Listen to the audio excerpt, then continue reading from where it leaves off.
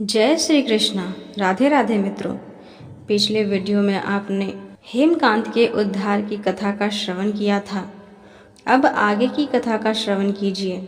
मिथिलापति ने पूछा, ब्राह्मण, जब वैशाख मास के धर्म अतिशय सुलभ पुण्य राशि प्रदान करने वाले भगवान विष्णु के लिए प्रीतिकारक चारों पुरुषार्थों की तत्काल सिद्धि करने वाले सनातन और वेदोक्त हैं, तब संसार में उनकी प्रसिद्धि कैसे नहीं हुई। श्रुतदेव जी ने कहा, राजन, इस पृथ्वी पर लौकिक कामना रखने वाले ही मनुष्य अधिक हैं। उनमें से कुछ राजस और कुछ तामस हैं। वे लोग इस संसार के भोगों तथा पुत्र पौत्र आदि संपदाओं की ही अभिलाषा रखते हैं। कहीं किसी प्रकार कभी बड़ी कठिनाई से कोई एक मनुष्य ऐसा मिलता है जो स्वर्ग लोक के लिए प्रयत्न करता है और इसीलिए वह यज्ञ आदि पुण्य कर्मों का अनुष्ठान बड़े प्रयत्न से करता है, परंतु मोक्ष की उपासना प्रायः कोई नहीं करता। तुच्छ आशाएं लेकर बहुत से कर्मों का आयोजन करने वाले लोग प्रायः काम्य कर्मों के ही उपासक हैं। यही कारण है कि संसार में राजस और तामस धर्म अधिक विख्यात हो गए हैं, परंतु सात्विक धर्मों की प्रसिद्धि नहीं हुई। ये सात्विक धर्म भगवान विष्णु को प्रसन्न करने वाले हैं, निष्काम भाव से किए जाते हैं और इहलोक तथा परलोक में सुख प्रदान करते हैं। देव माया से मोहित होने के कारण मूढ़ मनुष्य इन धर्मों को जानते ही नहीं हैं।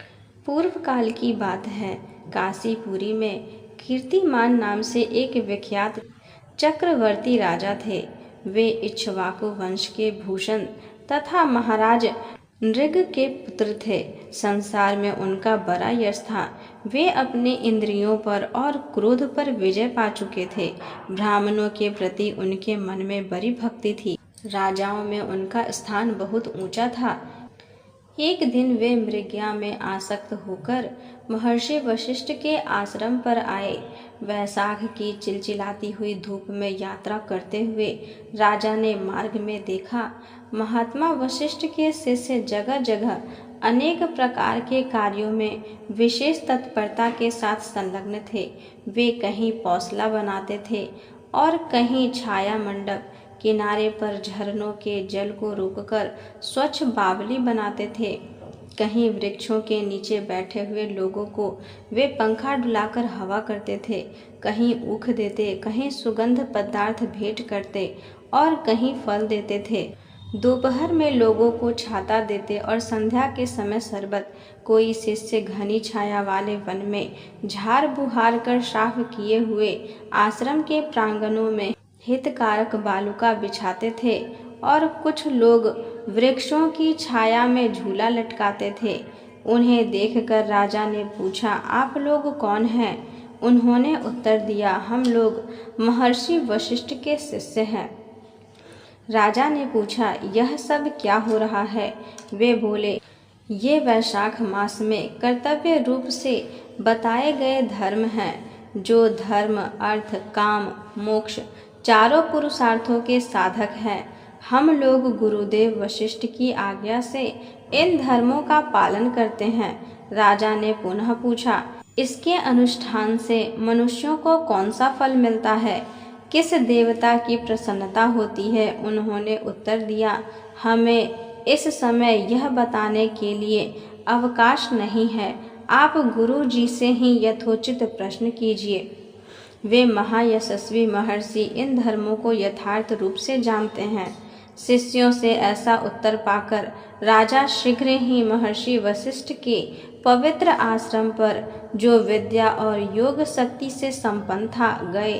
राजा को आते देख महर्षि वशिष्ठ मन ही मन बड़े प्रसन्न हुए। उन्होंने सेवकों सहित महात्मा राजा का विधि पूर्वक आतिथ्य सत्कार किया। जब वे आराम से बैठ गए, तब गुरु वशिष्ठ से प्रसन्नता पूर्वक बोले, भगवान, मैंने मार्ग में आपके शिष्यों द्वारा परम आश्चर्य में शुभ कर्मों का अनुष्ठान होते देखा है, किंतु उसके संबंध में जब प्रश्न किया, तब उन्होंने दूसरी कोई बात न बतलाकर आपके पास जाने की आज्ञा दी। उनकी आज्ञा के अनुसार मैं इस समय आपके समीप आया हूँ। मेरे मन में उन धर्मों को सुनने की बड़ी इच्छा है, अतः आप मुझसे उनका वर्णन कीजिए।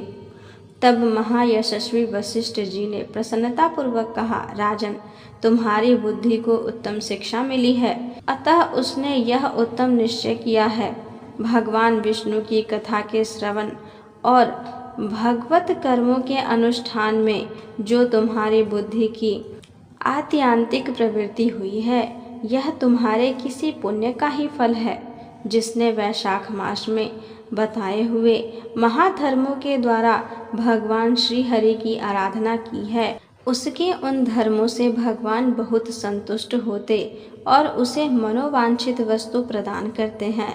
संपूर्ण जगत के स्वामी भगवान लक्ष्मीपति समस्त पाप राशि का विनाश करने वाले हैं। वे सूक्ष्म धर्मों से प्रसन्न होते हैं, केवल परिश्रम और धन से नहीं। भगवान विष्णु भक्ति से पूजित होने पर अभिष्ट वस्तु प्रदान करते हैं, इसीलिए सदा भगवान विष्णु की भक्ति करनी चाहिए। जगदीश्वर श्री हरि जल से भी पूजा करने पर अलेश कलेश का नाश करते और शीघ्र प्रसन्न होते हैं। वैशाख मास में बताए हुए ये धर्म थोड़े से परिश्रम द्वारा साध्य होने पर भी भगवान विष्णु के लिए प्रीतिकारक एवं शुभ होने के कारण अधिक व्यय से सिद्ध होने वाले बड़े बड़े यज्ञ आदि कर्मों का भी तिरस्कार करने वाला है। अतः भूपाल, तुम भी वैशाख मास में बताए हुए धर्मों का पालन करो और तुम्हारे राज्य में निवास करने वाले अन्य सब लोगों से भी उन कल्याणकारी धर्मों का पालन कराओ। इस प्रकार से वैशाख धर्म के पालन की आवश्यकता को शास्त्रों और युक्तियों से भली भांति सिद्ध करके वशिष्ठ जी वैशाख मास के सब धर्मों का राजा के समक्ष वर्णन किया। उन सब धर्मों को सुनकर राजा ने गुरु का भक्ति भाव से पूजन किया और घर आकर वे सब धर्मों का विधि पूर्वक पालन करने लगे। देवाधिदेव भगवान विष्णु में भक्ति रखते हुए राजा कीर्तिमान देवेश्वर पद्मनाभ के अतिरिक्त और किसी देवता को नहीं देखते थे। उन्होंने हाथी की पीठ पर नगारा रखकर सिपाहियों से अपने राज्य भर में डंके की चोट पर यह घोषणा करा दी कि मेरे राज्य में जो 8 वर्ष से अधिक की आयु वाला मनुष्य है, उनकी आयु जब तक 80 वर्ष की न हो जाए तब तक मेष राशि में सूर्य स्थित होने पर यदि वह प्रातःकाल स्नान नहीं करेगा तो मेरे द्वारा दंडनीय, वध्य तथा राज्य से निकाल देने योग्य समझा जाएगा। यह मेरा निश्चित आदेश है। पिता, पुत्र, पत्नी अथवा सुहृद जो भी वैशाख धर्म का पालन नहीं करेगा, वह चोर की भांति दंड का पात्र समझा जाएगा। प्रातःकाल शुभ जल में स्नान करके श्रेष्ठ ब्राह्मणों को दान करना चाहिए। तुम सब लोग अपनी शक्ति के अनुसार पौसला और दान आदि धर्मों का आचरण करो। राजा कीर्तिमान ने प्रत्येक ग्राम में धर्म का उपदेश करने वाले एक एक ब्राह्मण को बसाया। 5-5 गांवों पर एक एक ऐसे अधिकारी की नियुक्ति की जो धर्म का त्याग करने वाले लोगों को दंड दे सके। उस अधिकारी की सेवा में 10-10 घुड़सवार रहते थे। इस प्रकार चक्रवर्ती नरेश ने शासन से सर्वत्र और सब देशों में यह धर्म का पौधा आरंभ हुआ और आगे चलकर खूब बढ़े हुए वृक्ष के रूप में परिणत हो गया। उस राजा के राज्य में जो लोग मरते थे वे भगवान विष्णु के धाम जाते थे। वहाँ के मनुष्यों को विष्णु लोक की प्राप्ति निश्चित थी। एक बार भी वैशाख स्नान कर लेने से मनुष्य यमराज के पास नहीं जाता। अपने धर्मानुकूल कर्म में स्थित हुए सब लोगों के विष्णु लोक में चले जाने से यमराजपुरी के सब नरक खाली हो गए। वहाँ एक भी पापी नहीं रह गया। वैशाख मास के प्रभाव से यमपुरी के मार्ग की यात्रा ही बंद हो गई। सब मनुष्य दिव्य आकृति धारण करके भगवान के धाम जाने लगे। देवताओं के जो लोक हैं वे सब भी शून्य हो गए। स्वर्ग और नरक दोनों के शून्य हो जाने पर एक दिन नारद जी ने धर्मराज के पास जाकर कहा, धर्मराज, आपके इस नगर में अब पहले जैसा कोलाहल नहीं सुनाई पड़ता। पहले की भांति पाप कर्मों का लेखा भी नहीं लिखा जा रहा। चित्रगुप्त जी तो ऐसे मौन भाव से बैठे हुए हैं जैसे कोई मुनि हो। महाराज, इसका कारण तो बताइए। महात्मा नारद के ऐसा कहने पर राजा यम ने कुछ दीनता के स्वर में कहा, नारद, इस समय पृथ्वी पर जो यह राजा राज्य करता है वह पुराण पुरुषोत्तम भगवान विष्णु का बड़ा भक्त है। उसके भय से कोई भी मनुष्य कभी वैशाख मास का उल्लंघन नहीं करता। उस पुण्य कर्म के प्रभाव से सभी भगवान विष्णु के परम धाम में चले जाते हैं। मुनि श्रेष्ठ, उस राजा ने इस समय मेरे लोक का मार्ग लुप्त सा कर रखा है। स्वर्ग और नरक दोनों को शून्य बना दिया है। अतः ब्रह्मा जी के समीप जाकर यह सब समाचार उनसे निवेदन करके तभी मैं स्वस्थ होऊंगा। ऐसा निश्चित करके यमराज ब्रह्मा जी के लोक में गए और वहां बैठे हुए उन ब्रह्मा जी का दर्शन किया, जिसका आश्रय ध्रुव है, जो इस जगत के बीज तथा सब लोकों के पितामह हैं और समस्त लोकपाल, दिक्पाल तथा देवता जिनकी उपासना करते हैं। ब्रह्मा जी ने यमराज को देखा और यमराज ब्रह्मा जी के आगे पृथ्वी पर गिर पड़े।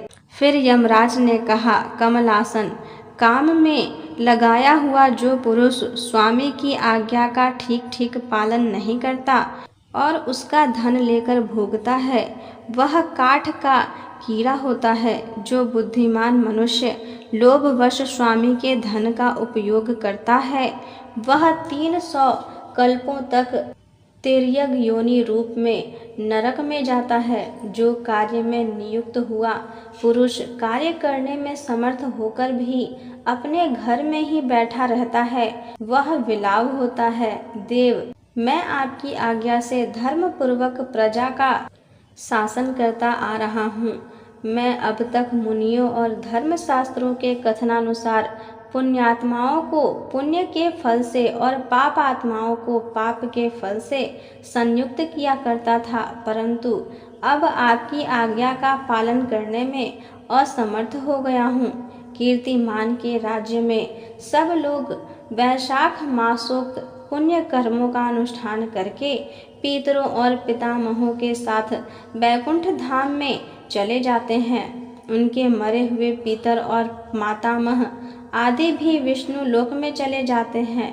इतना ही नहीं, पत्नी के पिता, ससुर आदि भी मेरे लेख को मिटाकर विष्णु लोक में चले जाते हैं।